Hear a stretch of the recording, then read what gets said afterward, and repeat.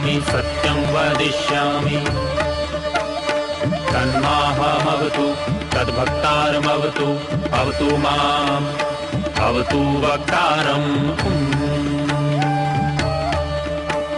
ॐ शान्ति शान्ति शान्तिः।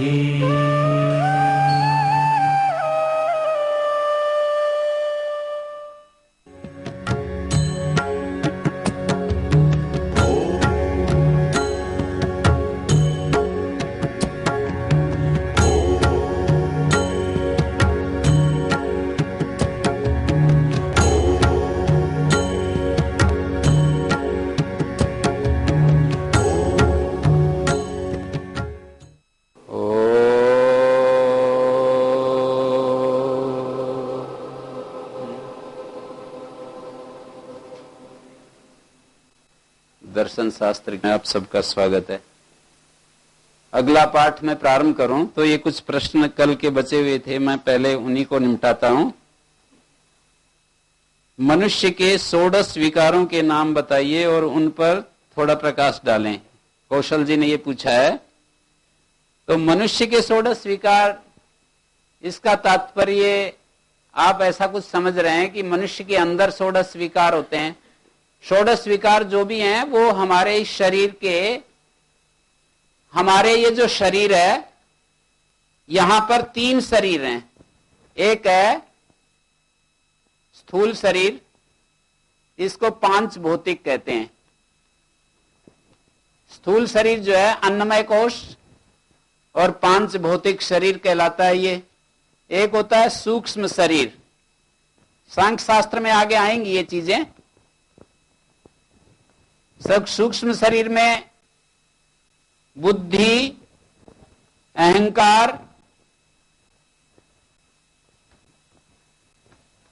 मन, ज्ञानेंद्रियां, कर्मेंद्रियां,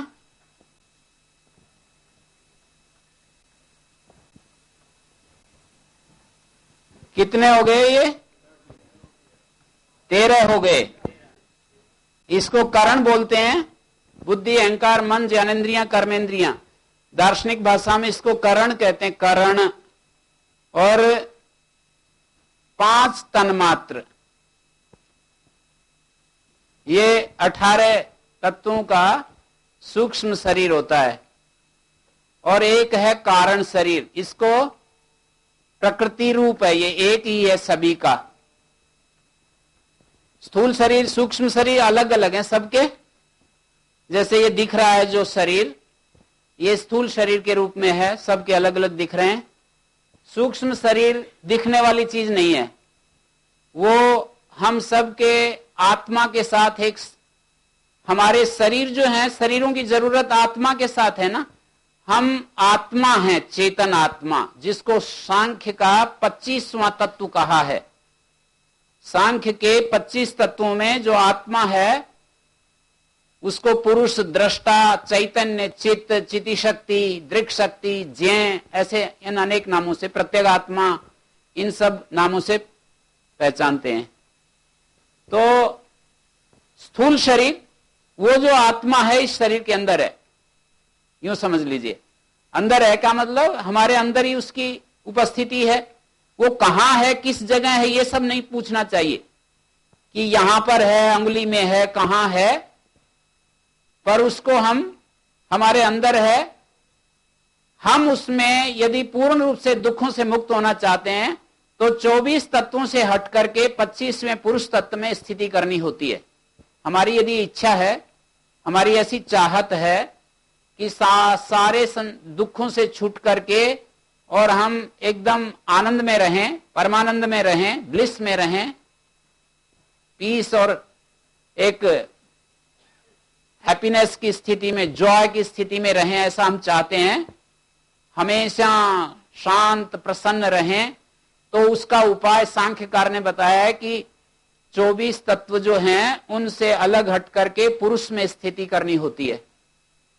ये उपाय बतलाया है। आप ये पूछ रहे होंगे, जानना भी चाह रहे होंगे, प्रश्न भी आ रहे हैं कि सांख्य शास्त्र का अध्ययन करने से क्या दिशा दी जा रही है कि कैसे दुखों से मुक्त होते हैं।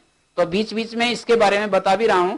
25 तत्व बतलाए, इन 25 तत्वों में 24 तत्वों से हटकर 24 तत्वों में हमारी जो स्थिति होती है वो सुखमय, दुखमय या मोहमय होती है। कभी हम सुखी होते हैं, कभी दुखी होते हैं, कभी मोहित होते हैं। यही तो है हमारा जीवन। संसार के किसी आदमी को देखिए आप, तो वो आपको या तो सुखी मिलेगा, कभी दुखी मिलेगा, कभी मुग्ध मिलेगा, कभी वो मोह की स्थिति में मिलेगा। इन तीन स्थितियों में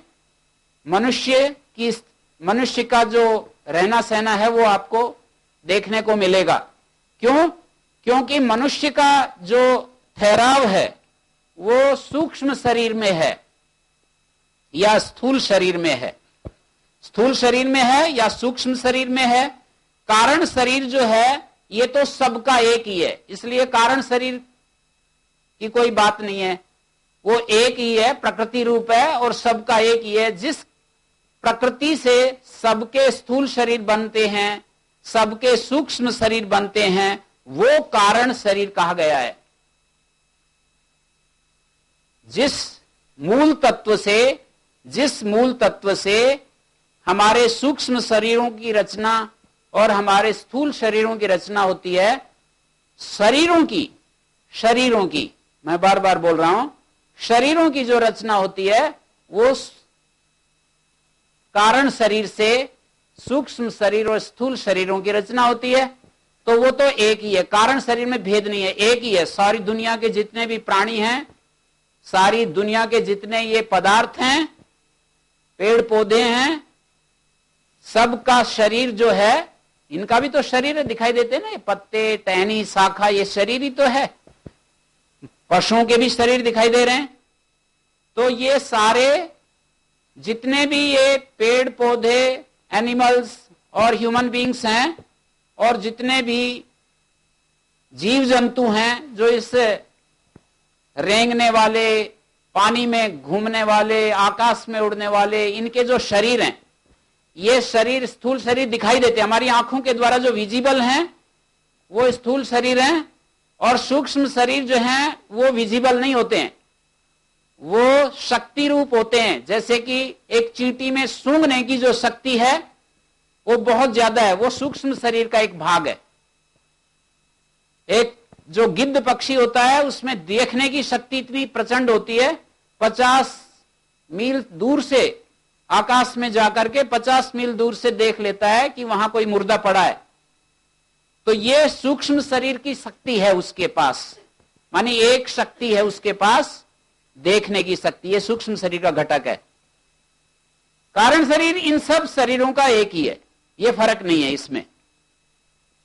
तो ये शरीरों के हिसाब से मैंने बात कही। सूक्ष्म शरीर हम ह्यूमन बीइंग्स की दृष्टि से देखें तो बुद्धि, अहंकार, मन, ज्ञानेंद्रियां, कर्मेंद्रियां, तन्मात्र, ये जो है ये सूक्ष्म शरीर के 18 घटक होते हैं। और हम जो है जब तक सूक्ष्म शरीर में रहते हैं, हमारा वास स्थूल शरीर में भी होता है, हमारा वास सूक्ष्म शरीर में भी होता है, हमारा वास स्थूल शरीर और सूक्ष्म शरीर से परे भी हो सकता है। तो जब तक हम स्थूल शरीर और सूक्ष्म शरीर में बस रहे हैं, स्थूल शरीर और सूक्ष्म शरीर में बसने का मतलब इनके साथ तादात्म्य को प्राप्त हो रहे हैं। स्थूल शरीर सूक्ष्म शरीर के साथ तादात्म्य को प्राप्त हो रहे हैं। तादात्म्य माने आइडेंटिफिकेशन, माने एक रूपता। स्थूल शरीर के साथ और सूक्ष्म शरीर के साथ हमारी एक रूपता है। जब तक कारण शरीर के साथ एक रूपता हमारी होती है निद्रा में, जब गहरी नींद होती है तो उसमें हमारी कारण शरीर के साथ एक रूपता होती है। अब रही बात जैसे कि आप इंद्रिय विषयों को पसंद कर रहे हैं, तो उस समय आपकी सूक्ष्म शरीर के साथ एक रूपता होती है। ऐसे व्यावहारिक दृष्टि से बताऊंगा तो शायद पकड़ में आएगी आपको क्या पढ़ा रहे हैं, क्या पढ़ रहे हैं हम जब व्यवहार के धरातल पर जब इंद्रिय विषयों में हमारा मन लगा हुआ है तो ऐसे समझो कि हम कहां पर बस रहे हैं, सूक्ष्म शरीर में बस रहे हैं हम। कोई एक बच्चा, कोई एक भाई बहन, कोई साधु सन्यासी साधना में अपने अंदर विवेक की स्थिति में है, बहुत ही विवेक की स्थिति में है।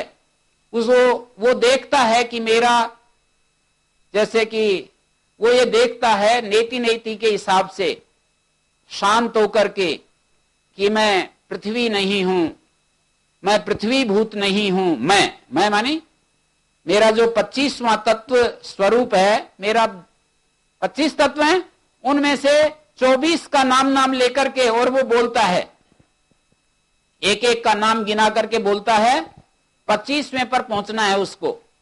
और वो विवेक का प्रयोग कर रहा है, केवल उच्चारण नहीं कर रहा है, उसको फील कर रहा है। 24 को फील कर रहा है कि मैं पृथ्वी नहीं हूं, मैं जल नहीं हूं, अग्नि नहीं हूं, वायु नहीं हूं, आकाश नहीं हूं, और शब्द तन्मात्र, स्पर्श तन्मात्र, रूप तन्मात्र, रस तन्मात्र, गंध तन्मात्र नहीं हूं। मैं एक एक को गिन रहा है वो। मैं हाथ नहीं, पैर नहीं, वाणी नहीं हूं बोलने वाली, मेरा स्वरूप वाणी नहीं है। पायु उपस्थ नहीं है मेरा स्वरूप। फिर कहेगा आंख नहीं हूं, नासिका नहीं हूं, कर्णेंद्रिय नहीं हूं, त्वचा इंद्रिय नहीं हूं, रसना इंद्रिय नहीं हूं।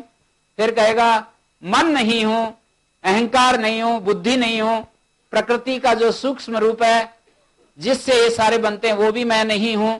और करते करते वो अपने उस शांत स्वरूप में पहुंच जाता है। ये पुरुष में स्थिति कही जाएगी। लेकिन जब हम विवेक की स्थिति में देख रहे हैं, मैं ये नहीं हूं, ये नहीं हूं, ये हमारी विवेक की स्थिति है। जब हम ये कहते हैं मैं कितना सुंदर हूं, मेरी आवाज कितनी सुंदर है, तो ये अविवेक की स्थिति है। ये अविवेक की स्थिति है, अज्ञान की स्थिति है। जब हम अज्ञान की स्थिति में होते हैं तो हम एक एक विषय के साथ अपने को तादात्म्य करके देखते हैं, अपने स्वरूप को तादात्म्य में पहचानते हैं। हम ये कहते हैं कि मेरे जैसा सुंदर कोई दुनिया में नहीं है। जैसे कि कोई विश्व सुंदर है, सारे विश्व में कोई सुंदरतम कोई लड़का है या कोई बहन है, तो वो ऐसे अनुभव करता है, करती है कि मैं जो है सुंदरतम हूं। तो ये अविवेक की पराकाष्ठा है, अज्ञान की पराकाष्ठा है कि उसने अपने आप को शरीर के साथ एक रूप करके देखा, अपने स्वरूप को शरीर के साथ। कोई गायक है तो अपना स्वरूप उसने गायक के रूप में समझा कि मेरे जैसा कोई गाने वाला नहीं है। तो ये अविवेक का एक बढ़ा हुआ रूप है। किसी भी चीज को मेरे जैसा धनवान नहीं है, मैं सारी दुनिया में सबसे ज्यादा धनी आदमी हूं, तो उसने धन के साथ अपने आप को एक रूप करके देखा। तो ये अविवेक के कारण हम जो है इस बाहरी चीजों के साथ अपने आप को जोड़ करके देखते हैं। बाहरी चीजों से हटते हैं तो या तो किसी फार्म हाउस के साथ मैं बहुत बड़ा एक लैंडलॉर्ड हूं, ऐसा परिचय भी देते हैं कि हमारा एक फार्म हाउस है, वहां पर 500 बीघा जमीन है, वहां पर ये है वो है। तो ये जो हम अपना परिचय में अपने स्वरूप को हम एक जमीन जायदाद के साथ जोड़ करके अपने स्वरूप को हम देखते हैं। तो किसी भी भौतिक चीज के साथ जब अपने स्वरूप को देखते हैं तो ये अज्ञान के कारण ऐसा होता है। अज्ञान की स्थिति में एक एक चीज के साथ हम शरीर के साथ, वॉइस के साथ, दिमाग के साथ, बहुत अच्छा दिमाग हो किसी के पास जो बहुत जल्दी फटाफट सूत्र याद कर लेता है, या किसी की बताई हुई बात को, सांख्य शास्त्र को ठीक से फटाफट समझ लेता है। जैसे मैं पढ़ा रहा हूं और कुछ समझ रहे हैं, कुछ नहीं समझ रहे हैं, तो ये तो यंत्र का महिमा है। जिनके पास अच्छा यंत्र है वो जल्दी समझ रहे हैं, यंत्र की थोड़ा कमजोर है तो कम समझ पा रहे हैं। तो जो कम समझ पा रहे हैं वो अपने में हीन भावना अनुभव करते हैं, वो भी गड़बड़ है। जो जल्दी समझ पा रहे हैं वो अहम भावना अनुभव करते हैं, वो भी गड़बड़ है। क्योंकि हीन भावना में भी मैं अपने चेतन स्वरूप को हीनता के साथ एक रूप कर दिया। मैंने अपने चेतन स्वरूप को अहंकार के रूप में एक कर दिया है, तो ये दोनों ही अज्ञान के रूप हैं। और जहां अज्ञान है वहां दुख से कोई नहीं बचा सकता है, ये अज्ञान के रूप हैं। और जहां अज्ञान है, मैं अपने को बुद्धि के रूप में देखता हूं, मैं अपने को मन के रूप में देखता हूं, मैं अपने को किसी कलाकार के रूप में देखता हूं, मैं अपने को और किसी अन्य रूप में देखता हूं, मानी भौतिक पदार्थ के साथ अपने आप को एक रूप करके देखता हूं, तो यह अज्ञान के कारण होता है। और अज्ञान की स्थिति में हमें तीन चीजें मिलेंगी। अज्ञान की स्थिति में तीन चीजें मिलेंगी, कभी हम सुखी होंगे, कभी हम दुखी होंगे, कभी हम मूड हो जाएंगे, मूड स्थिति में हो जाएंगे। सुख दुख को पहचानते भी नहीं, ऐसी एक स्थिति होती है। बस एक ऐसी स्थिति होती है बेहोशी जैसी कि वहां पर सुखी दुखी का भी पता नहीं चलता है। तो हम बहुत अपने को सुखी अनुभव कर रहे हैं, अपने को दुखी अनुभव कर रहे हैं, अपने को मोहित अनुभव कर रहे हैं। तो ये सारी चीजें जो है अज्ञान की स्थिति में होती रहती हैं। तो यहां पूछने वाले ने पूछा है, ये कौशल ने, कि मनुष्य के षोडश विकारों के नाम। ये षोडश विकार जो हैं, यदि ये सांख्य शास्त्र से रिलेटेड प्रश्न है आपका, क्योंकि ये प्रश्न बहुत स्पष्ट नहीं है, पर इससे रिलेटेड है, तो षोडश विकार का मतलब ये होता है जो ये स्थूल भूत हैं, और ये 11 प्लस स्थूल भूत, ये षोडश विकार कहे जाते हैं।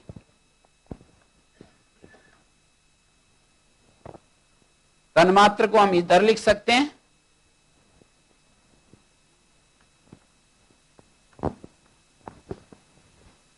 मन, ज्ञानेन्द्रियां, कर्मेंद्रियां और स्थूलभूत, इनको षोडश विकार के नाम से जानते हैं। अगला प्रश्न है,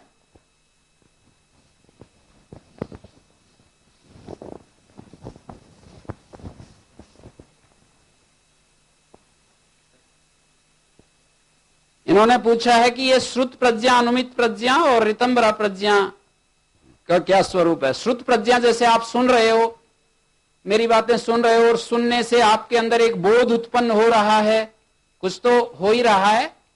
सुनने से जितना हो सकता है उतना तो हो ही रहा है। सुनने से, जैसे कि आज तक किसी ने रसगुल्ला न खाया हो और वो कोई व्याख्या करे रसगुल्ले की, और उसको खाने को नहीं मिला आज तक, लेकिन मीठी चीजें तो कभी कभी खाई हैं उसने, तो कोई बताए कि भाई रसगुल्ला ऐसा होता है, तो कितना भी व्याख्या करेगा वो ठीक ठीक वहां तो नहीं पहुंच पाएगा जितना कोई खा करके देख करके पहुंचता है। लेकिन फिर भी शब्दों के माध्यम से जितना वो पकड़ सकता है उतना तो पकड़ना होगा ही। उपमा देंगे हम कि जैसे आपने गुड़ खाया है, आपने शहद खाया है, इस तरह का एक मीठा पदार्थ होता है, तो वो थोड़ा सा उसको बोध होता ही है। तो सुनने से जो ज्ञान उत्पन्न होता है हमारे अंदर, उसका नाम है श्रुत प्रज्ञा। और अनुमान करके हम चीजों को जो पहचानते हैं, अनुमान के आधार पर लिंग लिंगी पूर्वक जो हम चीजों को पहचानते हैं, जैसे एक अनुमान, सागर के पास गए हम और एक चल्लू पानी ऐसे मुंह में लिया,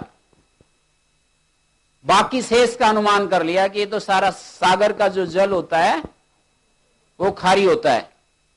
ये इस तरह से हम अनुमान करते हैं, इसका नाम शेषवत अनुमान है। शेषवत मानी एक हिस्से को हमने देख लिया और बाकी के बारे में अनुमान कर लिया कि ये तो ऐसे ही है। हमने एक माइंड का अध्ययन कर लिया। कृष्णमूर्ति अपने वक्तव्य में कहते रहते हैं कि यू आर द वर्ल्ड। तुमने अपना यदि अध्ययन कर लिया तो सारे संसार के जो मन हैं उनका समझो अध्ययन कर लिया। अच्छे से यदि हमने अपना अध्ययन कर लिया, अपने मन को यदि ठीक से समझ लिया कि इस मन में कहां कहां क्या क्या गड़बड़ होता है, कहां कहां ये चालाकी करता है, कहां कहां ये अहंकार दिखाता है, कहां कहां अपने स्वत्व को दिखाता है, अपने सेल्फ को बढ़ाता है, दूसरों के ऊपर थोपता है, आरोपित करता है, क्या क्या करता है। व्यक्ति अपने अहम को, अपने माइंड को ठीक से समझ ले तो अनुमान से हम कहेंगे कि सारा जो है सबके मन ऐसे ही हैं, जैसे मेरे मन का स्थिति ऐसे ही सबका मन ऐसे ही होते हैं। तो ऐसे अनुमान से जो हम समझते हैं चीजों को कि भाई रूप रस आदि जितने भी गुण होते हैं वो द्रव्य में रहते हैं, इच्छा आदि जो पदार्थ, इच्छा आदि जो गुण होते हैं, इच्छा, जानना, सुखी होना, दुखी होना और प्रयत्न करना, कोशिश करना, ये भी गुण हैं। ये गुण जिसके अंदर होते हैं उसको आत्मा कहते हैं। तो इस तरह से सामान्य तो दृष्ट अनुमान के द्वारा हमने आत्मा को, जैसे मैंने आपको ये एक बात कही आत्मा की व्याख्या करते समय कि आत्मा एक ऐसा तत्व है, ऐसा द्रव्य है जिसके अंदर इच्छा, द्वेष, प्रयत्न, सुख, दुख, ज्ञान आदि होते हैं। ये वाक्य बोला मैंने। आत्मा एक ऐसा पदार्थ है, ऐसा द्रव्य है जिसके अंदर इच्छा होती है, द्वेष होता है, प्रयत्न होता है, सुख होता है, दुख होता है। द्वेष का मतलब जो दुख देने वाली चीजें हैं उनसे वो हटना चाहता है। सुख देने वाली चीजों की इच्छा करता है, जानता है और प्रयत्न करता है। ऐसा जो तत्व है उसको आत्मा कहते हैं, ऐसे पदार्थ को आत्मा कहते हैं। ये मैंने आपके सामने व्याख्या की। आपके अंदर एक ज्ञान तो उत्पन्न हुआ ये सुनकर, तो आपके अंदर जो ये ज्ञान उत्पन्न हुआ है मेरी बात सुनकर, इसको कहते हैं अनुमित प्रज्ञा। मैंने कुछ बोला कि भाई हमारे अंदर आत्मा का अस्तित्व है जो मरता नहीं, जीता नहीं, ये तो हो गया शब्द प्रमाण, ये तो श्रुत ज्ञान हुआ। लेकिन अनुमान मैंने कुछ युक्ति दी और उस युक्ति के द्वारा आपको समझाया। तो उस युक्ति के द्वारा जब हम समझाते हैं तो वो अनुमित प्रज्ञा उत्पन्न हो जाती है हमारे अंदर। बोलने वाला व्यक्ति अपनी बात जब किसी को कहता है और बोलने वाले के व्यक्तित्व के प्रभाव के कारण उसके संशय जब दूर हो जाते हैं सुनने वाले के, तो वो शुद्ध ज्ञान होता है, या उसको शब्द प्रमाण कहते हैं, आगम प्रमाण कहते हैं। बोलने वाला कुछ बोल रहा है, सुनने वाला सुन रहा है, बोलने वाले के व्यक्तित्व के कारण उसकी अड़चन हट जाती है, सुनने वाले की अड़चन हट जाती है, प्रकाश हो जाता है, उसके अंदर एक प्रकाश उत्पन्न हो जाता है, एक बोध उत्पन्न हो जाता है। तो उसका नाम तो होता है, उसका नाम है श्रुत ज्ञान, श्रुत प्रज्ञा। और वो युक्ति के साथ जब कोई समझाता है आपको, युक्ति के द्वारा जब समझाता है तो वो अनुमित प्रज्ञा हो जाती है और आप अपने अंदर उसका अनुभव करते हैं फिर, तो उसका नाम होता है ऋतंबरा प्रज्ञा। उसको फिर आप अपने अंदर फील करते हैं, देखते हैं, तो उसका नाम ऋतंबरा प्रज्ञा। कोई ललित नाम के सज्जन है, वो पूछते हैं क्या हम साधना घर में भी रहकर कर सकते हैं या घर छोड़कर कहीं गुफाओं में जाकर के साधना करनी पड़ेगी? साधना करने के लिए गुफाओं में जाने की जरूरत नहीं है। साधना तो जो विधान के अनुसार जो परिस्थिति हमें मिली है उन परिस्थिति में हम साधना शुरू कर दें, बस हमारे निश्चय के ऊपर है साधना। स्थान से साधना की बात नहीं।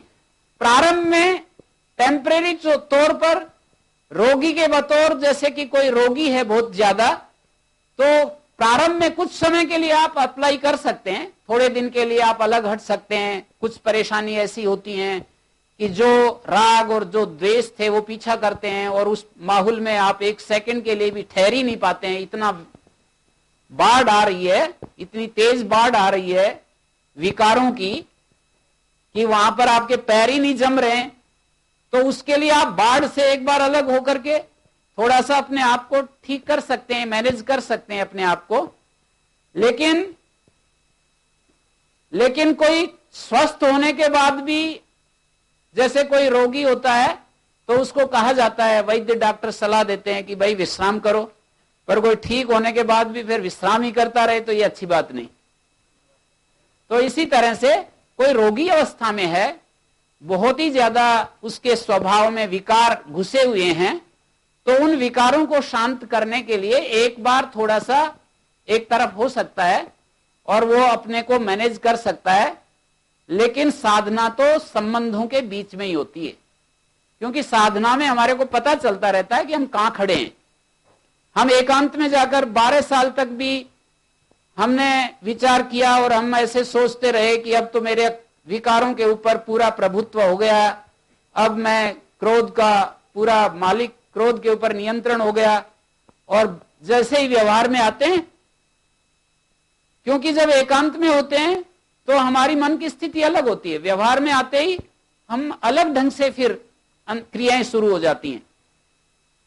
उसमें हम देख नहीं पाते हैं कि कहां कहां मुझे ठीक करने की जरूरत है, कहां कहां मेरे को अपने ऊपर काम करने की जरूरत है। जब हम एकांत में होते हैं तो ये पता नहीं चलता कि मेरे को कहां काम करने की जरूरत है मेरे ऊपर। वो तो केवल हम उस रोग की स्थिति के कारण अपने आप को ऐसा महसूस कर रहे हैं। रोग माने जैसे बाढ़ आ रही हो किसी नदी में और उस बाढ़ में से हमने अलग कर लिया अपने आप को, तो पानी में नहीं बहेंगे, इतना ही होगा। लेकिन जैसे ही वो परिस्थिति आती है तो फिर वो चीज फिर हमें बहा करके ले जाती है। तो इसलिए साधना के लिए तो मैं यही कहूंगा कि हम निश्चय कर लें और साधना में बहुत ज्यादा इन्वॉल्व भी नहीं होना चाहिए और अलग भी नहीं होना चाहिए, ये भी मैं सुझाव दूंगा। जैसे कि कोई आदमी बहुत ही ज्यादा विषय विकारों के अंदर अपने आप को इन्वॉल्व कर रखा है तो वो भी तरीका ठीक नहीं है। और कोई आदमी बिल्कुल ही छोड़ छाड़ करके एक तरफ हो जाता है तो भी नहीं होगा। थोड़ा अपने को बचाकर भी रखे, थोड़ा समूह में भी रहे, तो उससे उसकी स्थिति का पता चलता रहता है कि मैं कहां खड़ा हूं। वो कृष्णमूर्ति बहुत ही अच्छा लिखते हैं इस विषय में, संबंधों के ऊपर, कि जो संबंध होते हैं वो हमारे लिए दर्पण की तरह होते हैं। वो हमारे चेहरे को दिखाते रहते हैं कि कहां पर मेरे चेहरे पर दाग है, कहां पर मुझे ठीक करना है, कहां मेरे वस्त्र गंदे हो रहे हैं। तो ये संबंध जो होते हैं वो हमारी स्थिति का हमें जायजा, हमें हमारी स्थिति को ठीक ठीक प्रस्तुत करते रहते हैं। तो जब हमारे को पता चलेगा कि यहां गड़बड़ है तो हम उस पर काम करें, उसको ठीक करें। अगला प्रश्न है अभिभवात और समान अभिहाराच। कल एक बात पूछी थी, बताई थी, माने बहुत सारे ऐसे कारण हैं जिनसे हमें चीज होते हुए भी दिखाई नहीं देती।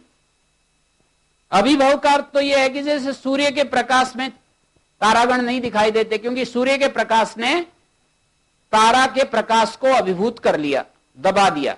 अभिभव का अर्थ है कोई बड़ी चीज छोटी चीज को दबा दे तो फिर वो दिखाई नहीं देती। समान अभिहार का अर्थ है कि जैसे हम सरसों के दाने में एक दाना डाल दें और फिर कहें कि भाई ढूंढ के लाना हो जो मैंने दाना डाला है, और उसके सामने ही जो है डाला है, तो पता नहीं चलेगा। रामजी लाल जी पूछते हैं सबसे बड़ा दुख और मोह क्या है और इससे छुटकारा कैसे पाया जाए। सबसे बड़ा दुख और मोह क्या है? अज्ञान ही सबसे बड़ा दुख है मेरे हिसाब से, और अज्ञान के कारण ही मोह होता है। और अज्ञान का मतलब अपने स्वरूप को भूलना और अपने आप को दूसरी चीजों के साथ एक करके देखना, यही सबसे बड़ा दुख है। इससे छुटकारा कैसे पाया जाए?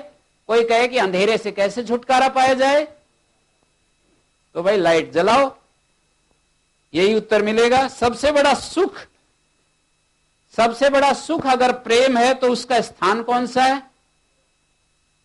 सबसे बड़ा, अगर इन्होंने पूछा है कि सबसे बड़ा सुख अगर प्रेम है, प्रेम का मतलब है बिना अपेक्षा के अपने आप को दूसरों के लिए दे डालना, दूसरों का ख्याल करना, दूसरों को सम्मान देना, दूसरों को आदर देना, दूसरों का ख्याल रखना, ये प्रेम का स्वरूप है। आप प्रेम का स्वरूप कुछ अलग समझते होंगे, यदि ये समझते हैं तो बढ़िया है।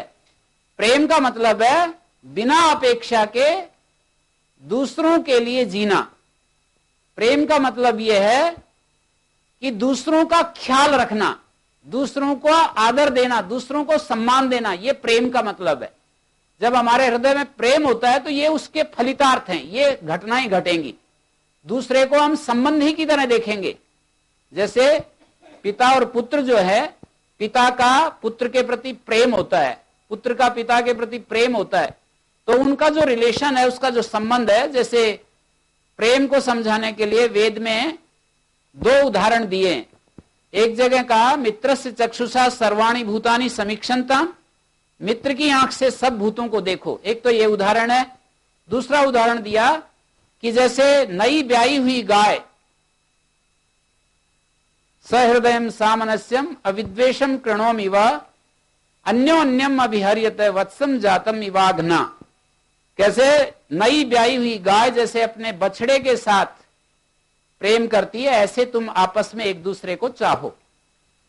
तो प्रेम तो निश्चित रूप से सुख है, इसमें कोई शक नहीं है।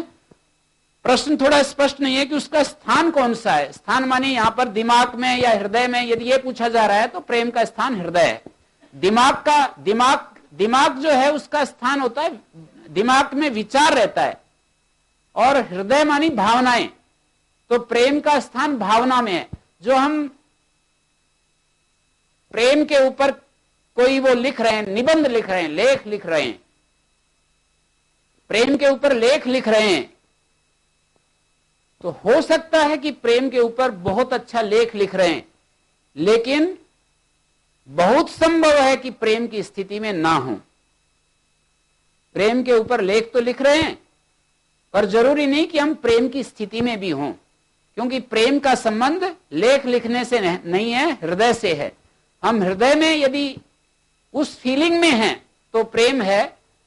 निबंध जो लिख रहे हैं, प्रेम के ऊपर जो ऐसे लिख रहे हैं, वहां बैठ करके कोई परीक्षा में आपके ऐसे लिखने के लिए आ गया कि प्रेम के ऊपर ऐसे लिखिए, 5 पृष्ठों का ऐसे लिखिए, तो वहां पर जब आप ऐसे लिखते हैं तो वहां प्रेम की स्थिति में नहीं होते हैं।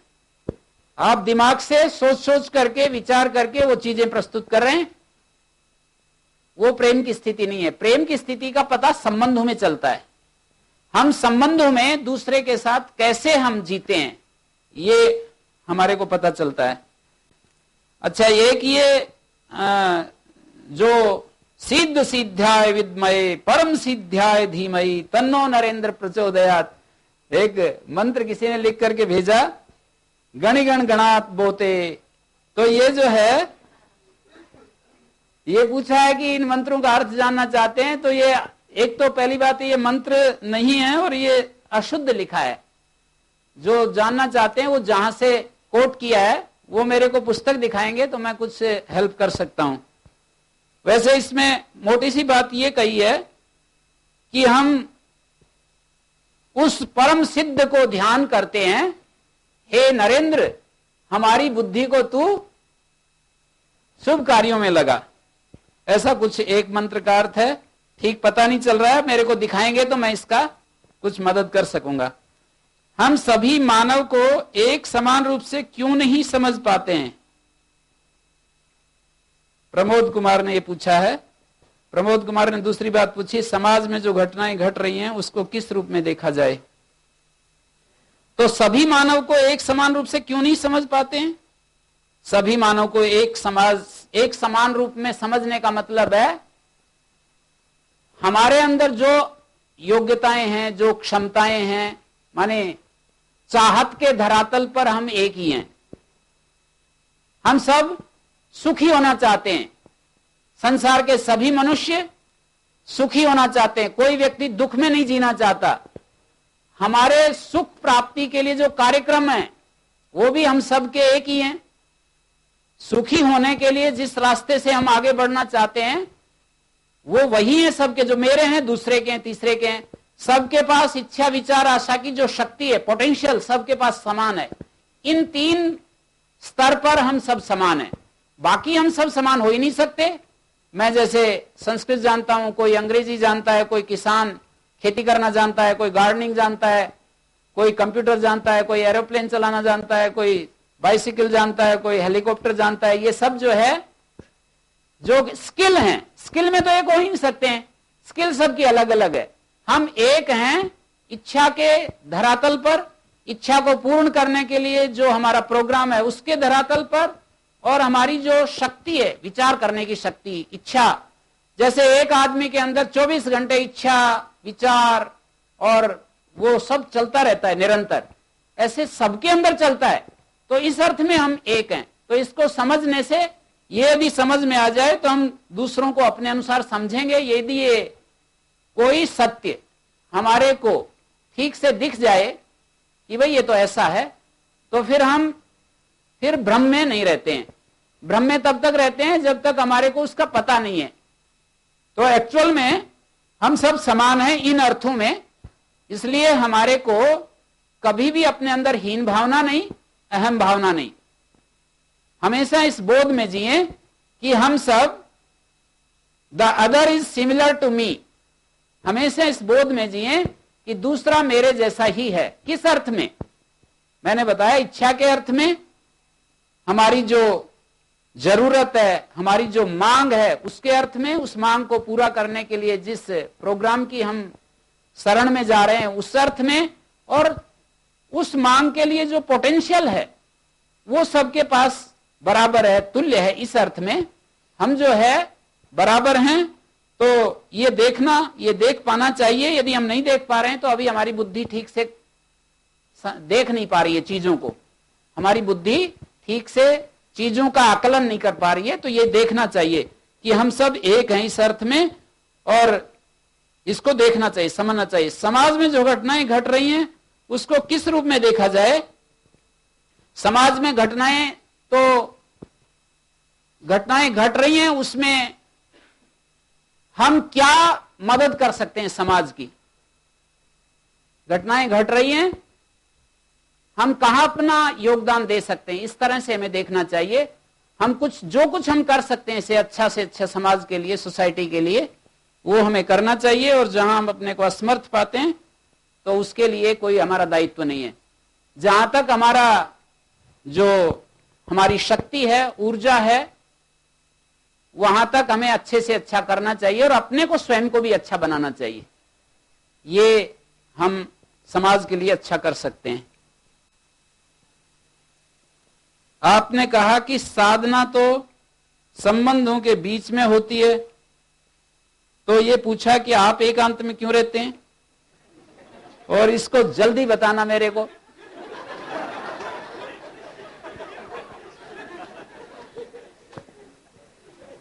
मैं एकांत में नहीं हूं। एकांत में होता तो फिर आपके बीच में कैसे मैं वो करता? कितने लोगों का सुबह से शाम तक मैं काम कर रहा हूं। वो सुविधा के लिए कुछ ऐसे नियम बनाए जाते हैं कि मैं अपनी सेवाएं ज्यादा से ज्यादा कैसे दे सकता हूं दूसरों के लिए, बिना किसी अड़चन के। दूसरों को मैं कैसे ज्यादा से ज्यादा सुख पहुंचा सकता हूं, मेरी ऊर्जा दूसरों को किस उपाय से अधिक मिल सकती है। तो मैंने वो सब सोच करके एक नियम बनाया कि इसी तरीके से मैं अधिक लाभ पहुंचा सकता हूं। नहीं तो मेरे पास जो है वो वेस्ट होता रहेगा, और वो जो है उतना लाभ मैं दे नहीं सकूंगा। तो काम तो बहुत सारे अच्छे हैं। एक बात इसमें ये भी कहना चाहूंगा, दुनिया भर के काम है। पेड़ों में पानी देना भी अच्छा है, गायों की गौशाला में सेवा करना भी अच्छा है। हम भी करते थे योगग्राम में, गायों का गोबर उठाते थे, उनके ऊपर हाथ फेरते थे, दूध निकालते थे। तो गायों की सेवा करना भी अच्छा है और पढ़ाना भी अच्छा है।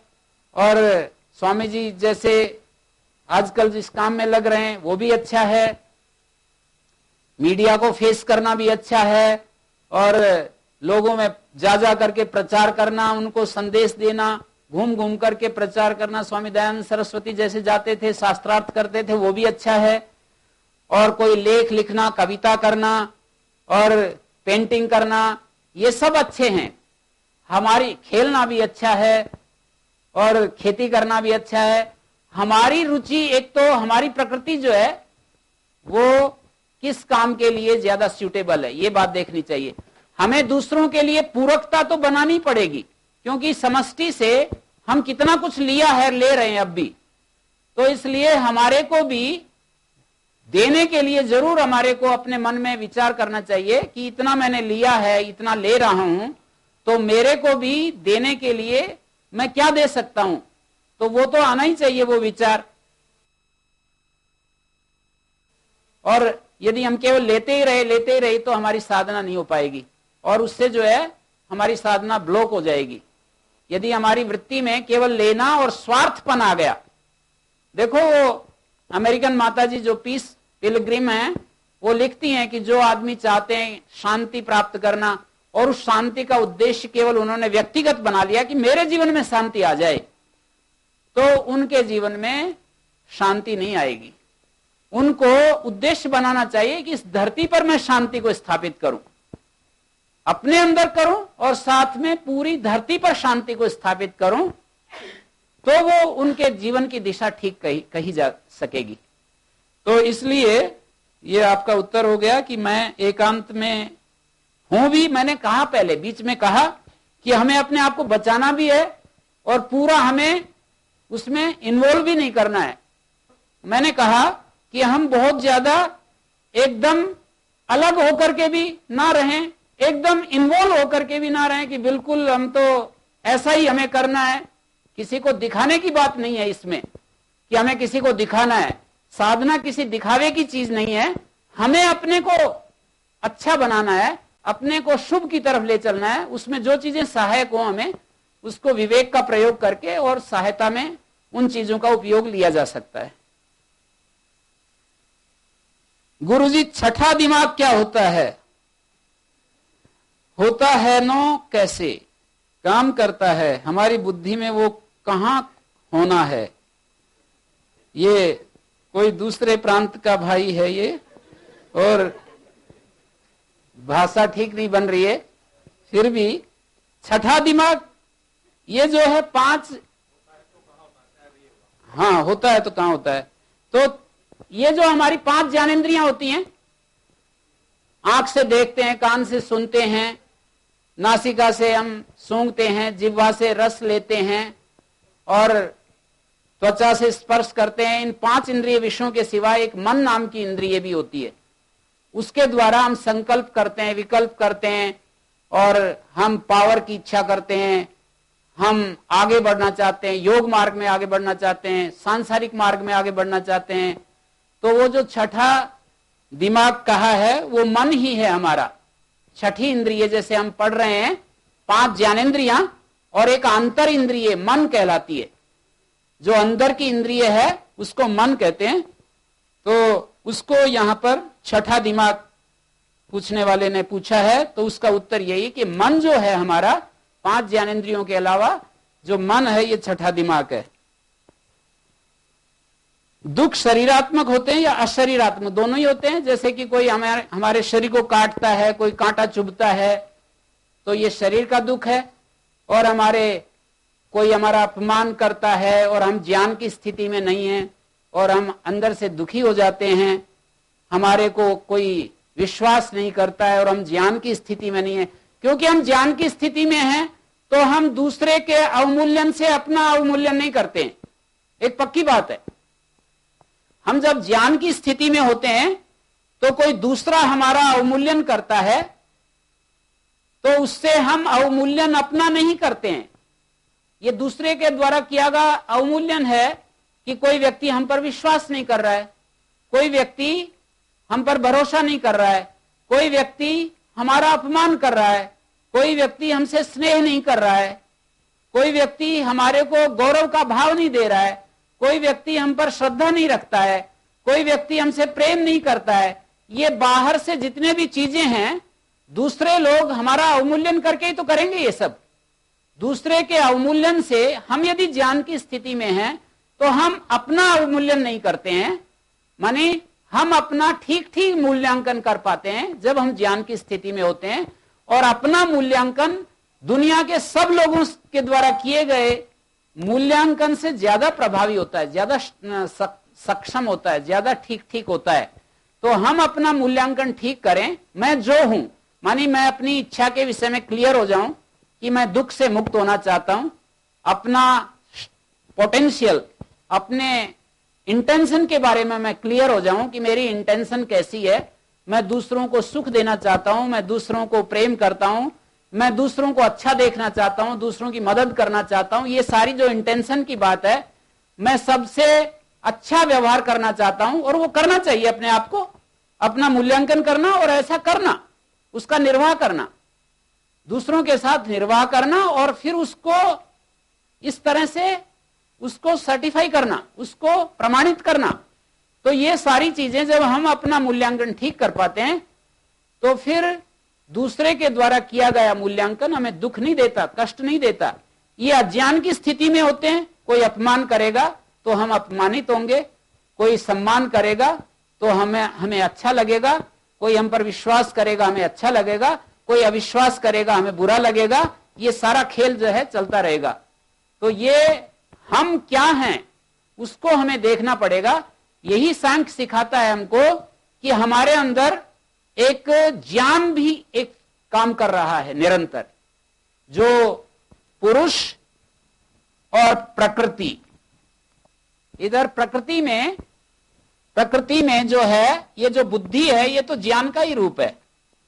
तो अपना ज्ञान जितना निर्मल होता जाएगा, ये ज्ञान जो है जितना निर्मल होता जाएगा, उतनी चीजें, उतना हम जीवन को एक प्रकार से सहज बना सकेंगे, अपने जीवन को दुखों से छुड़ा सकते हैं। एक ज्ञान ही ऐसी चीज है। पदार्थ भी सुख देता है, पदार्थ सुख देता है, हमारे दुख को, जो शरीर को परेशानी आ रही थी उसको मिटाता है, लेकिन हमारे अज्ञान को मिटाने में या बढ़ाने में पदार्थ सहायक नहीं है। हमारे शरीर के लिए जो आवश्यक है उतना मदद करता है पदार्थ। जैसे हमारे को वस्त्र की जरूरत है, भोजन की जरूरत है, मकान की जरूरत है, पंखे की जरूरत है, तो ये पदार्थ जो है अपनी पदार्थ की एक रेंज है और वो हमारे लिए करता है। लेकिन जो ये ज्ञान नाम की जो चीज है, हमारे जीवन के अलग अलग विविध प्रसंगों में हमें कितनी ज्यादा इससे सहूलियत मिलती है, कितना हमारे को ये स्वस्थ रखता है, अंदर से कितना तृप्त रखता है। तो ये शरीरात्मक भी होता है दुख, और अशरीरात्मक मतलब मानस भी होता है। मन के अंदर जो है ये दुख आते ही रहते हैं। तो हम शरीर के दुखों से बचने के लिए, शरीर के लिए जो उपयोगी क्रियाकलाप है वो करते हैं, मन के दुखों से बचने के लिए हम, मानस दुखों से बचने के लिए हम ज्ञान को अप्लाई करते हैं, मन को स्थिर करते हैं, मन को एकाग्र करते हैं। आत्मा को हम कैसे जान सकते हैं? आत्मा को जानने के लिए 3 साधन है। आत्मा को जानने के लिए एक साधन है सुनना, दूसरा साधन है मनन करना, और तीसरा साधन है ध्यान करना। श्रवण, मनन, निदिध्यासन। आत्मा वारे द्रष्टव्य, आत्मा वारे श्रोतव्य, द्रष्टव्य, मंतव्य, निदिध्यासितव्य। हमारे उपनिषदों में ऐसा आता है कि आत्मा ही एक देखने की चीज है। दुनिया में देखने की चीजें हमने कुछ और ही और बना रखी हैं अपनी। देखने की चीजें, किसी को पर्वत देखने की चीज लगती है, किसी को नदियां देखने की चीज लगती है, किसी को जंगल देखने की चीज लगती है, किसी को एक एक अच्छा अच्छा अलग अलग शहर देखने की चीज लगती है, किसी को कुछ देखने का, किसी को कुछ देखना। तो ये आत्मा ही देखने की चीज है, ऐसा हमारे शास्त्रों में कहा। तो आत्मा को हम जान सकते हैं श्रुत परंपरा से, मानी पहले तो उसके बारे में श्रवण करते हैं, सुनते हैं, उसके बाद हम मनन करते हैं, युक्ति से हम आत्मा को जानते हैं। जैसे मैंने कहा कि भाई हमारे अंदर जो इच्छा आदि का आधार है कौन है? इच्छा जो है इस नाखून में तो नहीं हो रही है। ये हमारे अंदर कि मैं हमेशा सम्मान पूर्वक जीऊं, दूसरे लोग मेरे से प्रेम पूर्वक व्यवहार करें, ये जो चाहत है ये आत्मा की चाहत है। तो उससे हमें इस चाहत से पता लगता है कि हमारे अंदर आत्मा नाम की चीज है। क्योंकि शरीर की जो चीजें हैं वो अलग हैं और आत्मा की चीजें वो अलग हैं। तो इससे पता लगता है कि हमारे ये आत्मा को जानने का उपाय तो है। ये युक्ति प्रयोग कर रहे हैं, अनुमान प्रयोग कर रहे हैं, और फिर हम शांत होकर के अपने अंदर ध्यान करते हैं। तो उस ध्यान के द्वारा भी हम आत्मा को जानते हैं, अपने को फील करते हैं कि मैं क्या हूं, मेरा असली स्वरूप क्या है।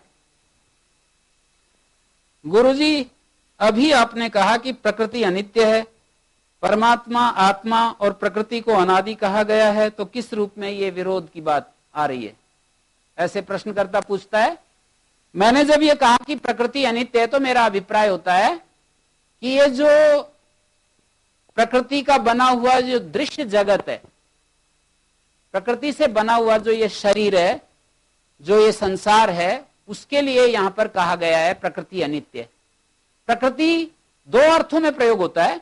प्रकृति मूल तत्व के लिए भी प्रयोग होता है और प्रकृति से बने हुए इस संसार के लिए भी प्रकृति शब्द का प्रयोग होता है। तो जब ये कहा जाता है कि प्रकृति अनित्य है, तो ये संसार के लिए प्रकृति शब्द का व्यवहार हो रहा है। और आत्मा, परमात्मा, प्रकृति अनादि है, ये भी ठीक है, सदा से है, जिसका कोई कारण न हो, और जो सदा से है सद अकारणवत, जो सत है और कारण वाला नहीं है, उसको क्या कहते हैं? नित्य कहते हैं। हर चाहत के पीछे मूल चाहत क्या है? क्या धरती पर रहकर स्वर्ग की प्राप्ति हो सकती है? यदि हमारे अंदर ऐसी इच्छा आ रही है, कोई भी इच्छा पूरी होने के लिए आती है हमारे अंदर, ये पकड़ना चाहिए, कोई भी इच्छा हमारे अंदर पैदा होती है तो पूरी होने के लिए ही पैदा होती है। तो यदि हम ऐसा मन में आ रहा है, हमारी इच्छा में ये आ रही है कि भाई इस धरती पर रहकर के क्या हम स्वर्ग, धरती पर रहकर के हम क्या स्वर्ग की प्राप्ति हो सकती है, माने हमेशा सुख में रह सकते हैं। स्वर्ग की प्राप्ति का मतलब क्या हमेशा हम सुख में रह सकते हैं? ये जो जिज्ञासा उठ रही है, ये जो मन में बात आ रही है, यही ये कह रही है कि ये संभव बात हमारे मन में आ रही है। कभी हमारे को इच्छा होती है कि बिना ही किसी साधन के, बिना किसी प्लेन आदि के, और मैं ऐसे उड़ता हुआ ऊपर आकाश में चला जाऊं, क्योंकि हमें पता है कि ये संभव बात नहीं है, इसलिए कभी हमारे को इस तरह की इच्छा नहीं आती है। तो इच्छा जो आती है, अच्छी या बुरी इच्छा, वो हम सपनों का जो संसार है वो अलग प्रकार का हो जाता है, इसलिए उसको भावित स्मृति कहते हैं, कल्पित स्मृति कहते हैं। सपनों के जगत में हम प्लेन उड़ता देखते हैं और उसके साथ अपने को एक रूप कर देते हैं। सपनों के जगत में, जो कि हम रात को स्वप्नों के रूप में देखते हैं, तो जो चीजें कहते हैं ना कि हमने तो ये सोचा नहीं, कैसे आती हैं? सोचा तो नहीं, पर देखा है हमने उन चीजों को, दूसरों में, संसार में हमने देखा है, और उलट पुलट होकर के चीजें आती हैं वहां पर, तो इसलिए वो एक अलग दुनिया है। तो धरती पर रहकर के स्वर्ग की प्राप्ति की चाहत हमारे अंदर उत्पन्न होती है, ये चाहत ही बता रही है। 98 साल के भवानी प्रसाद जी श्री अरविंद आश्रम में जो सेवा कर रहे हैं बेकरी में, मतलब 14-15 घंटे 98 साल की उम्र में भी अब सेवा कर रहे हैं। तो हमारे आचार्य विवेक जी ने देखा है उनको, तो वो जो है उनसे यही प्रश्न किया था, तो उन्होंने ये उत्तर दिया था कि ये जो प्रश्न आते हैं ना, उस वहीं पर समस्या का उत्तर भी है। प्रश्न आ रहा है, इसका मतलब समस्या है, इसका समाधान है इसका। तो हर चाहत के पीछे मूल चाहत क्या है? हर चाहत के पीछे मूल चाहत तो यही है कि हम दुख से छूटें, सुखी हों। हम दुख से छूटें और सुखी हों। हमारे पास ज्ञान का जो एक पैमाना है, पैरामीटर है, उसके अनुसार हम सुख दुख की कल्पना करते हैं। बाकी हमारी चाहत तो यही है कि हम सुख प्राप्त करें, दुख से छूटें। शुद्ध विंशति रूप्यकाणी, अशुद्ध विंशति, ये दूसरी भाषा में होता है मुद्रा के ऊपर। तो ये ये कोई ज्यादा गंभीर सवाल नहीं है। ब्रह्म मुहूर्त में जो स्वप्न हमें आते हैं वो कभी कभी सच कैसे हो जाते हैं? क्या भगवान ही हमें ये स्वप्न दिखाते हैं? ये जो स्वप्न होते हैं ये हमारे स्मृति से जुड़ी हुई चीज है, और जैसे ही हमारी सत्व गुण का उद्रेक होता है, 3 गुण काम कर रहे हैं हमारे मन के अंदर, सत्व गुण, रजोगुण, तमोगुण। तो जब हमारे अंदर सत्व का प्राबल्य होता है तो वो चीजें हमारे को ठीक दिखाई दे जाती हैं और इसलिए वो सच हो जाती हैं। इसमें भगवान आदि की कुछ बात नहीं, वो जो एक व्यवस्था है, भगवान ने एक जो व्यवस्था बना रखी है, सत्व रज तम, ये प्रकृति के गुण हमारे अंदर काम कर रहे हैं, हमारे माइंड में काम कर रहे हैं, बुद्धि में काम कर रहे हैं। तो वो जो है सत्व जब भी प्रबल होगा तो चीजें साफ साफ दिखाई देंगी, तो उसके कारण से वो घटना हो जाती है। और ईश्वर सृष्टि रचना किस लिए किया है? मोतीलाल जी उड़ीसा से पूछते हैं कि ये ईश्वर ने जो सृष्टि रचना है वो किस लिए किया है? भगवान ने इस सृष्टि को क्यों रचा है? हमारे भोग के लिए और अपवर के लिए। योग दर्शन में उत्तर दिया है प्रकाश क्रिया स्थिति शीलम भूतेन्द्रियात्मकम भोगप वर्गार्थम दृश्यम। जिनको भोग की इच्छा है वो इसमें सुखी दुखी हों, और जिनको ज्ञान प्राप्त करने की इच्छा है वो ज्ञानी बने। दो ही प्रयोजन है। जिनको सुख चाहिए, सुख के बदले दुख भी मिलेगा। सुख वो बीज हैं जो दुखों के वृक्ष बनकर लहराते हैं। हमारे जीवन में ये जो सुख नाम की चीज है, ये सुख वो बीज हैं जो दुखों के वृक्ष बनकर लहराते हैं। तो जिनको सुख चाहिए वो दुख भी लेंगे। तो संसार को भगवान ने किस लिए बनाया? सुख लेने के लिए। और जो सुख लेगा उसको दुख भी झेलना पड़ेगा। सुख की तो कीमत चुकानी पड़ती है। सुख की कीमत है दुख। सुख जो है लेना चाहेंगे तो उसकी कीमत है हमें दुख चुकाना पड़ेगा। दुख के रूप में उसकी कीमत चुकानी पड़ेगी। अकेला कोरा सुख नाम की कोई चीज नहीं है इस दुनिया में। तो हमें सुख चाहिए तो उसके लिए हमें दुख की कीमत चुकानी पड़ती है। दुख की मतलब बहुत ज्यादा उसके लिए मानसिक क्लेश, कष्ट, ये सारी चीजें चुकानी पड़ती हैं हमारे को। तो संसार भगवान ने इसलिए बनाया कि भोगियों के लिए, भोग के लिए, और योगियों के लिए, ज्ञान के लिए। जो ज्ञान प्राप्त करना चाहते हैं वो इस संसार में ज्ञानी बन करके जिएंगे, और जो इस संसार में भोग चाहते हैं, भोग का मतलब सीधा एक अर्थ होता है सुखी होना और सुखी होना, और सुखी होने के बदले फिर दुख तो आता ही है। दुखी होना हम चाहते नहीं, दुख आता है। दुख उसका प्रसाद है, सुख का प्रसाद है, मतलब बाय प्रोडक्ट है। सुख के साथ फ्री जो वो होता है ना, कहते हैं कि 4 चीजें फ्री, एक के बदले 4 चीजें फ्री। तो एक सुख और 4 दुख मिलेंगे। परिणाम दुख, ताप दुख, संस्कार दुख, गुण वृत्ति विरोध दुख। एक सुख लेंगे तो 4 दुख उसके साथ में फ्री में हमको मिलेंगे। एक पैकेट लेंगे तो जैसे 4 पैकेट और जोड़ दें उसके, कि ये 4 पैकेट और इसके साथ ले जाओ जी। तो हमको सुख चाहिए तो उसके साथ में परिणाम दुख, ताप दुख, संस्कार दुख, गुण वृत्ति विरोध दुख, ये 4 दुख हमारे को इसके बदले में मिलेंगे। तो भोगियों के लिए तो ये संसार भोग की जगह है। सुखी होने के लिए, दुखी होने के लिए, मोहित होने के लिए ये संसार है। और योगियों के लिए ज्ञान का स्थल है ये संसार। ज्ञान प्राप्त करने के लिए, ज्ञानी बनने के लिए, दूसरों को ज्ञानी बनाने के लिए ये संसार है।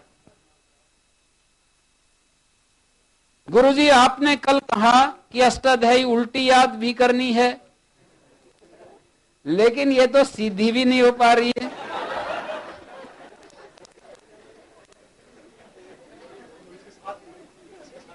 गुरुजी, हमें भी वो रास्ता बताइए कृपया करके।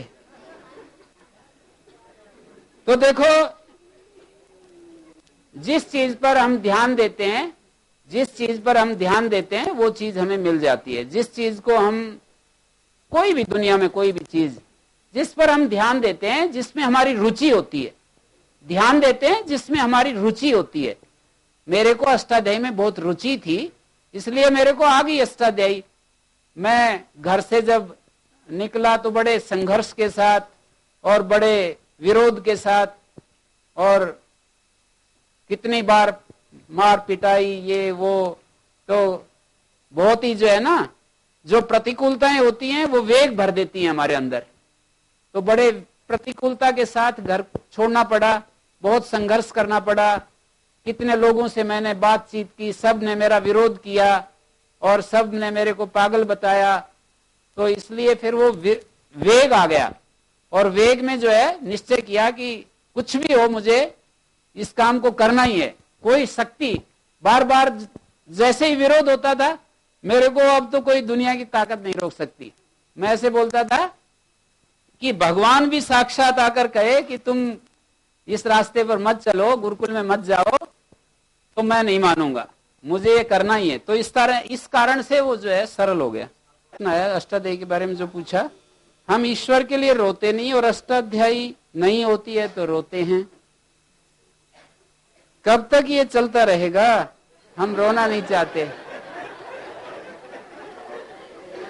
तो देखो,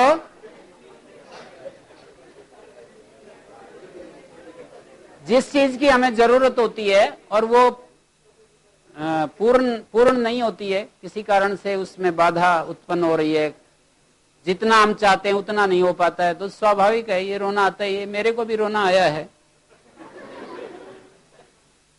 तो ये जो है, कोई इसमें बुरा नहीं है, रोना आता है तो रो लेना चाहिए।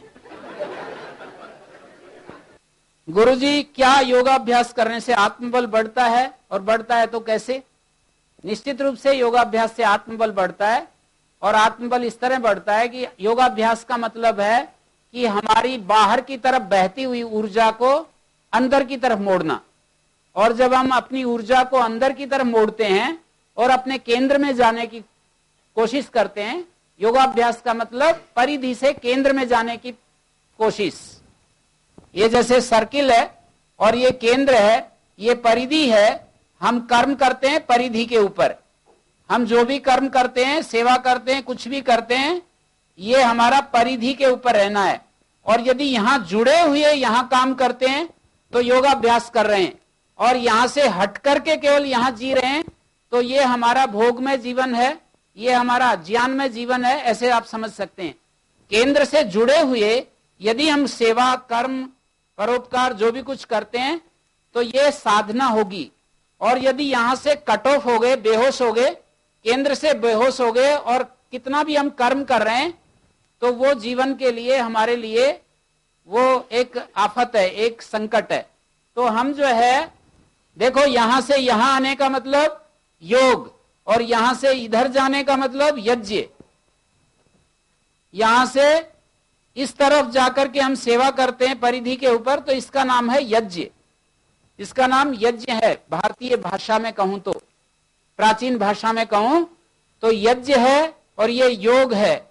योग और यज्ञ जीवन के ये दो पहिए हैं, इनसे हम अपनी जीवन की गाड़ी को अच्छा चला सकते हैं। यज्ञ, अकेला यज्ञ नहीं हो पाएगा, अकेला योग नहीं बन पाएगा, नहीं चलेगा। अकेले योग भी अब हमारा ध्येय नहीं है, अकेला यज्ञ भी चलेगा नहीं। मतलब योग और यज्ञ का समन्वय, संतुलन। तो इसी तरह से हम रात को विश्राम करते हैं, ये शरीर का विश्राम मिलता है। योग का मतलब होता है मन का विश्राम, साधना का मतलब मन का विश्राम। और जब हमारा मन विश्राम में होता है तो निश्चित रूप से उसमें ताकत आ जाती है। जैसे शरीर विश्राम करता है तो शरीर में बल आ जाता है, ऐसे मन जब विश्राम करता है, सत्व, रज और तम। रज का मतलब क्रिया, हर चीज त्रिगुणात्मक है। तो विश्राम का मतलब है कि हम उस समय सत्व के साथ, हम एक प्रकार से मन का विश्राम ये होगा कि मन का तमोगुण, और तमोगुण के द्वारा शक्ति, एनर्जी संचित होती है। और उसी संचित एनर्जी को जब हम दूसरे उसमें लगाते हैं तो वो क्रिया की जरूरत पड़ती है। तो बैटरी को चार्ज करते हैं और बैटरी से काम लेते हैं। तो साधना एक प्रकार की बैटरी चार्ज करने की चीज है। तो इससे निश्चित रूप से आत्मबल बढ़ता है। आत्मा और शरीर में कर्ता कौन है? अच्छे कर्म करें तो किसे दोष दें, और बुरे कर्म करें तो किसे दोष दें? पूछने वाले ने ऐसे कहना चाहिए था, अच्छे कर्म करें तो किसे श्रेय दें, अच्छे कर्म करें तो किसे श्रेय दें, और बुरे कर्म करें तो किसे दोष दें।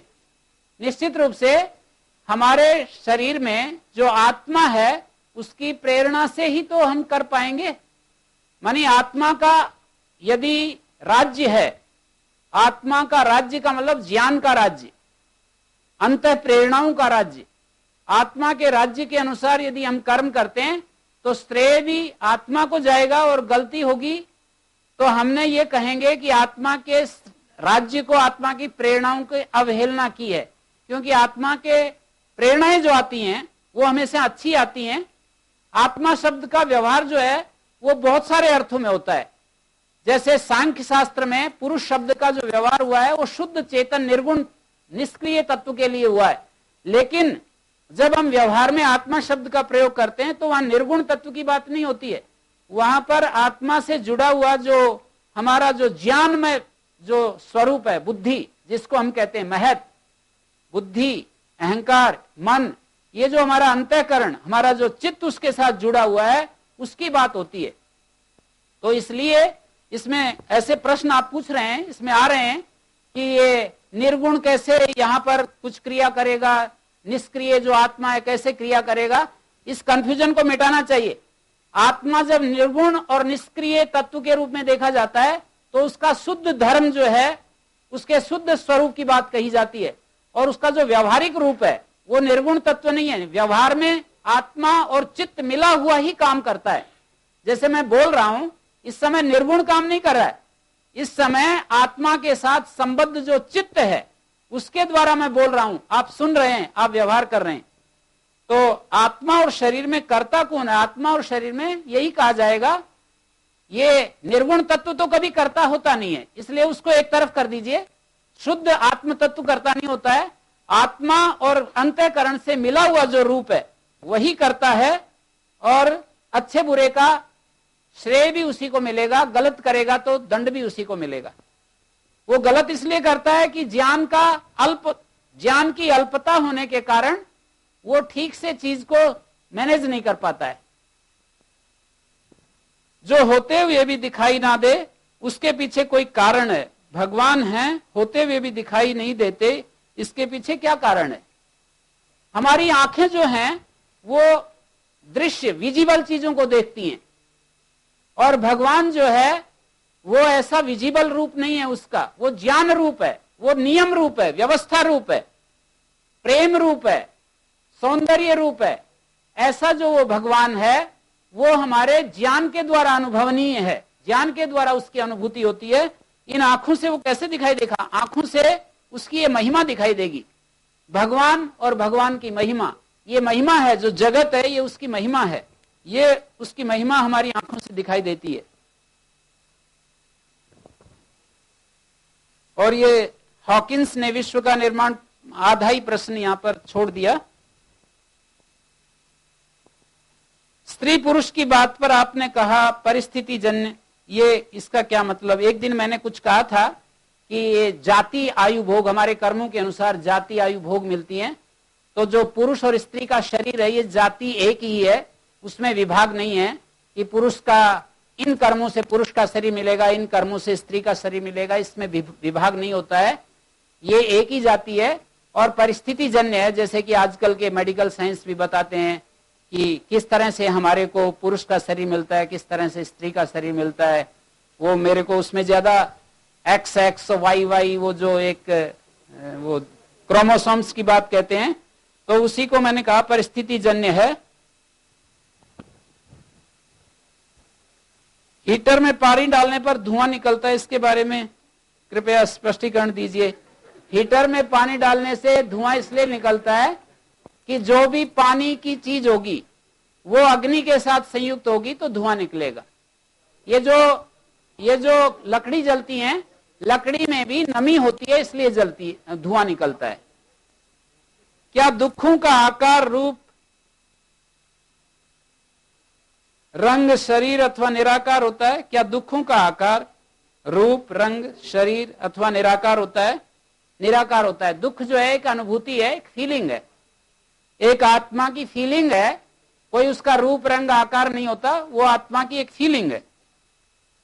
आप मेरे प्रश्न को, मेरी विनती है जल्दी करें, आप मेरे प्रश्न को जल्दी करें, मेरी आपसे विनती है। कारण शरीर भी तो एक बंधन है, निश्चित रूप से कारण शरीर बंधन है, इसीलिए तो हम सारे शरीरों से मुक्त होना चाहते हैं। सारे शरीरों से, कारण शरीर नहीं, सूक्ष्म शरीर के बंधन से भी मुक्त होना चाहते हैं, स्थूल शरीर के बंधन से भी मुक्त होना चाहते हैं।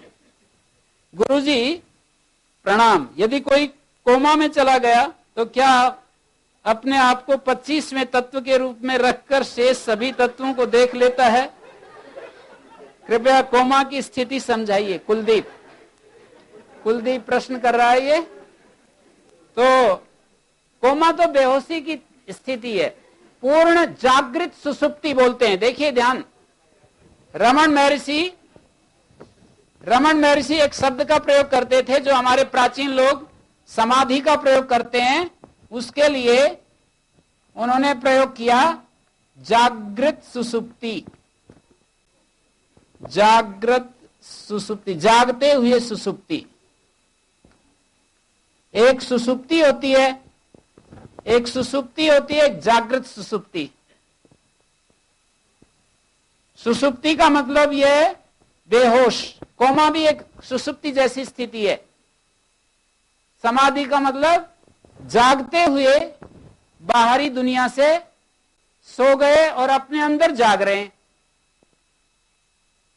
यदि कारण के भाव से कार्य की उत्पत्ति, कारण के भाव में कार्य के उत्पत्ति से पहले ही वर्तमान था, तो किसी पदार्थ की उत्पत्ति अनुत्पत्ति बराबर है, इसलिए उत्पत्ति करना ही नहीं बनेगा। सांख्य का एक सत्कार्यवाद है और उसमें यह कहा जाता है कि कार्य कारण में मौजूद है, जैसे दही दूध में मौजूद है, और जैसे मकान बनाते हैं तो ईंटों से बनाते हैं, तो मिट्टी में ईंटें मौजूद हैं, मिट्टी में घड़ा मौजूद है। तो ये प्रश्न करने वाला ब्रह्मचारी पूछ रहा है कि ये उत्पत्ति करना ही नहीं बनेगा, फिर तो उत्पत्ति और अभिव्यक्ति दो चीज होती हैं। उत्पत्ति तो नहीं बनेगा पर अभिव्यक्ति तो बन सकती है ना। मिट्टी में घड़ा मौजूद है, लेकिन वो उचित कारणों के सहयोग से वो अभिव्यक्त हो जाता है। सांख्य में पढ़ेंगे अभी हम कि ये क्यों कहा जाता है कि कार्य पहले ही कारण में मौजूद है। उसमें हेतु दिए, 5 हेतु दिए हैं, तो समझाया जाता है सत्कार्यवाद को, वो हम आगे पढ़ेंगे। गुरुजी, गुरुकुल में पढ़ने वाले बहनों को ब्रह्मचारिणी क्यों कहते हैं, उसका अर्थ बताइए। ब्रह्मचारिणी इसलिए कहते हैं कि ब्रह्म में विचरण करे, वो ब्रह्मचारिणी ब्रह्म में विचरण करे। कोई भाई पुल्लिंग में ब्रह्मचारी होता है, स्त्रीलिंग में ब्रह्मचारिणी शब्द होता है। ब्रह्मचारिणी का अर्थ होता है ब्रह्म में, ज्ञान में, विद्या में, एकाग्रता में, ज्ञान में जो रमण करे वो ब्रह्मचारिणी। ब्रह्मचरति ब्रह्मचारी या ब्रह्मचरति ब्रह्मचारिणी। तो इसका मतलब ये होता है कि ज्ञान में, बल में, आनंद में, प्रेम में जो विचरण करे उसको ब्रह्मचारिणी। डिस्ट्रैक्शन कितने प्रभावी होते हैं ये आप लोग देख सकते हैं कि कोई भी एक विषय जो है आपके सामने आता है तो अपने विषय से हट करके कितना आसान से आप अलग हो जाते हैं, और दूसरी तरफ हम ब्रह्म विद्या की भी बात करते हैं ना, तो इससे हमें अपनी स्थिति, यही तो कहा गया है, संबंधों से हमारे स्वरूप का पता लगता है। यदि हम कोई काम कर रहे हैं और उसमें रुचि हमारी पूरी है तो कोई डिस्ट्रैक्शन हमें हिला नहीं सकता, डिगा नहीं सकता है, कोई डिस्ट्रैक्शन हमको इधर उधर नहीं कर सकता है। तो यही समझना है हमारे को। हमारा इसमें चिंता की बात नहीं है, जितने होंगे हो जाएंगे। हमें केवल ये पन्ने पूरे करना हमारा लक्ष्य नहीं है, जीवन को हम समझ रहे हैं इसके माध्यम से। तो ये समझने की चीज है। जैसे अभी कोई प्लेन आया और कितना मतलब आपका मन एकदम से विचलित हो गया, इसका मतलब इसमें इससे ज्यादा उसमें इंटरेस्ट आ गया। इसमें यदि पूरा आपने अपना मन डाल रखा है तो बम पड़ेगा तो भी आपका मन यहां से हिलेगा नहीं। इतनी योग्यता अपने अंदर पैदा करनी चाहिए कि हम जिस चीज को हम सीख रहे हैं वो इतना अधिक, मैं कहता रहता हूं ना, ये उत्सुकताएं हैं, ये छोटी छोटी उत्सुकताएं हैं। इनसे हमें अपने मन का अध्ययन करना पड़ेगा कि मैं कहां कहां चीजें मेरे को खींचती हैं बाहर की तरफ, कहां कहां ये चीजें मेरे को बाहर ले जाती हैं। ऐसे ही समझ में आएगा, केवल ये चर्चा करने से बात नहीं बनेगी, इन संबंधों को ऐसे देखना पड़ेगा। तो गुरुजी, मैंने सुना है कि मन 2 होते हैं, अंतर्मन, बहिर्मन। क्या ये सच है, और है तो हम कौन से मन की बात हमें माननी चाहिए? स्पष्ट है, अंतर्मन जो वो होगा जो आत्मा के ज्यादा नजदीक है, जो इंद्रियों के नजदीक है वो बाह्य मन होगा। तो हमें आत्मा के जो नजदीक मन है, अंतर मन की बात माननी चाहिए। अंतर मन से आत्मा के नजदीक जो मन होगा वो हमेशा शुभ की प्रेरणा देगा। इंद्रियों के नजदीक जो मन होगा वो संवेदनाओं में फंसाएगा हमारे को। जब हम कोई गलती करते हैं तो ऐसा क्यों लगता है कि मेरी गलती भूलवश या अनजाने में हो गई, अतः हमें प्रेम पूर्वक समझा दिया जाए। लेकिन वही गलती सामने वाला करता है तो ऐसा लगता है कि वह जानबूझ कर किया होगा, उसे माफी नहीं फांसी देनी चाहिए। ऐसा भाव सामने वाले के प्रति क्यों आता है? हमारी न्यायपूर्ण दृष्टि न होने से आता है। हमारी न्यायपूर्ण दृष्टि न होने से ऐसा आता है कि जब हम अपनी गलती, अपने ऊपर बात आती है तो हम अपनी उसको इंटेंशन की कमी कहते हैं और दूसरे की गलती को कॉम्पिटेंस की कमी बताते हैं। दूसरे की हम कहते हैं मेरी इंटेंशन तो ठीक है, हाँ मैं उल्टा बोल गया। जब हमारी कोई गलती होती है तो अपनी कॉम्पिटेंस की कमी बताते हैं कि मेरी इंटेंशन तो ठीक है, कॉम्पिटेंस कमी है। दूसरे की गलती होती है तो उसकी कॉम्पिटेंस की कमी नहीं बताते, उसकी इंटेंशन की कमी बताते हैं, उसकी लापरवाही बताते हैं, उसकी जानबूझ करके वो उसने गड़बड़ किया है, ऐसा कहते हैं। तो ये तो सारा हमारा जीवन का जो अज्ञान है, यही तो है ना। न्यायपूर्ण दृष्टि नहीं मिली हमें, इसी का नाम तो है ज्ञान, समझ। कारण शरीर के बारे में काफी बता दिया कि जो निद्रा में हमारी एक स्थिति होती है सभी की, कारण शरीर। गुरुजी दिन में 24 घंटे होते हैं और स्वामी जी ने सुबह कहा 18 घंटे कार्य करना है। क्या कोई ऐसी पूजा प्रार्थना नहीं है जिससे 30 घंटे हो जाएं और हमें सोने का भी टाइम मिल जाए? और कृपया बताएं, हमारी तो नींद ही पूरी नहीं होती है। देखिए, आपकी नीयत ठीक होनी चाहिए, फिर सब ठीक होगा। आहार उसके लिए थोड़ा सा कम चाहिए, नींद कम करने के लिए थोड़ा आहार कम चाहिए। और एक बात कहूं, महाभारत में लिखा है सत्व संसेवनात् जयेत निद्राम। सत्व गुण का जब हम सहारा लेते हैं तो निद्रा पर विजय धीरे धीरे पाई जाती है। जितना हम सत्व गुण में रहेंगे, सत्वगुण, रजोगुण, तमोगुण, 3 है गुण। हमारा सारा जो मन, बुद्धि, शरीर, हर चीज 3 गुणों की बनी हुई है। तो हम जो है जितना सत्व गुण में रहेंगे उतना हमारा निद्रा के ऊपर विजय हमारा होता रहेगा। एक सवाल है, हम कैसे कह सकते हैं कि आत्मा, मन और अंतःकरण अलग अलग हैं? ये हमारे न्याय दर्शन में बहुत अच्छे से समझाया है ये विषय।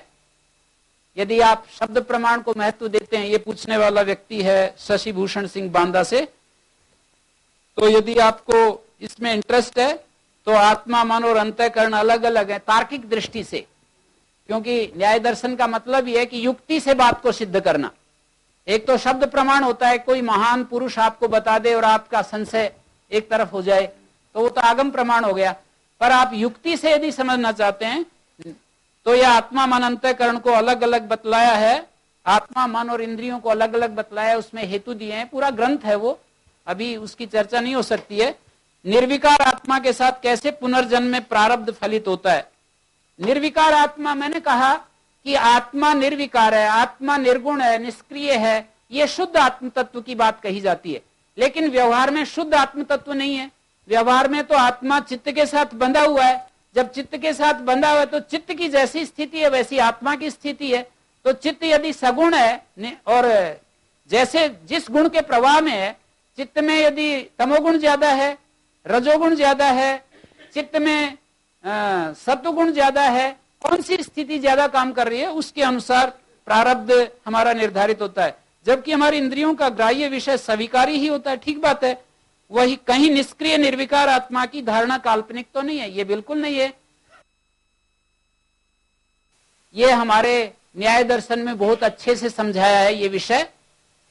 यदि आप शब्द प्रमाण को महत्व देते हैं, ये पूछने वाला व्यक्ति है शशि भूषण सिंह बांदा से, तो यदि आपको इसमें इंटरेस्ट है तो आत्मा, मन और अंतःकरण अलग अलग है तार्किक दृष्टि से। क्योंकि न्याय दर्शन का मतलब यह है कि युक्ति से बात को सिद्ध करना। एक तो शब्द प्रमाण होता है, कोई महान पुरुष आपको बता दे और आपका संशय एक तरफ हो जाए तो वो तो आगम प्रमाण हो गया। पर आप युक्ति से यदि समझना चाहते हैं तो यह